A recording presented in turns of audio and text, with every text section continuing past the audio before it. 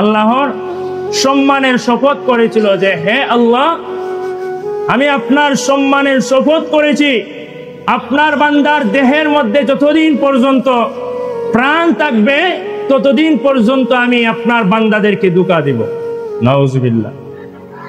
শয়তান আল্লাহর সম্মানের শপথ করেছে, হে আল্লাহ, আমি আপনার বান্দাদেরকে ততদিন পর্যন্ত ধোঁকা দিব যতদিন পর্যন্ত আপনার বান্দার দেহের মধ্যে প্রাণ থাকবে।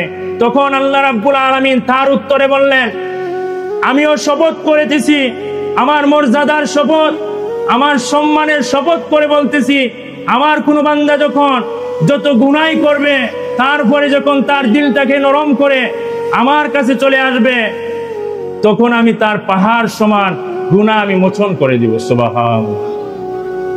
শয়তান আল্লাহর কাছে শপথ করেছিল, আল্লাহ শপথ করেছেন, আমি আমার সম্মানের মর্যাদার শপথ করেছি, যখন কোনো বান্দা গুনাহ করার পর আমার দরবারে ফিরে আসবে আমি তার পাহাড় সমান গুনাহ মোচন করে দিব।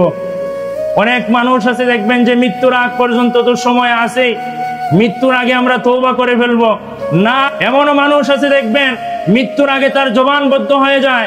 আপনি কিভাবে আশা রাখেন যে আপনার মৃত্যুর আগে আপনি তওবা করবেন? এটা আপনার জন্য সবচেয়ে বড় ভুল ধারণা। আপনি এখনই তওবা করেন, তওবায়ে নাসুহা করেন, বিশুদ্ধ তওবা করেন যে আর আমি কখনো গুনাহ করব না। ঠিক কিনা?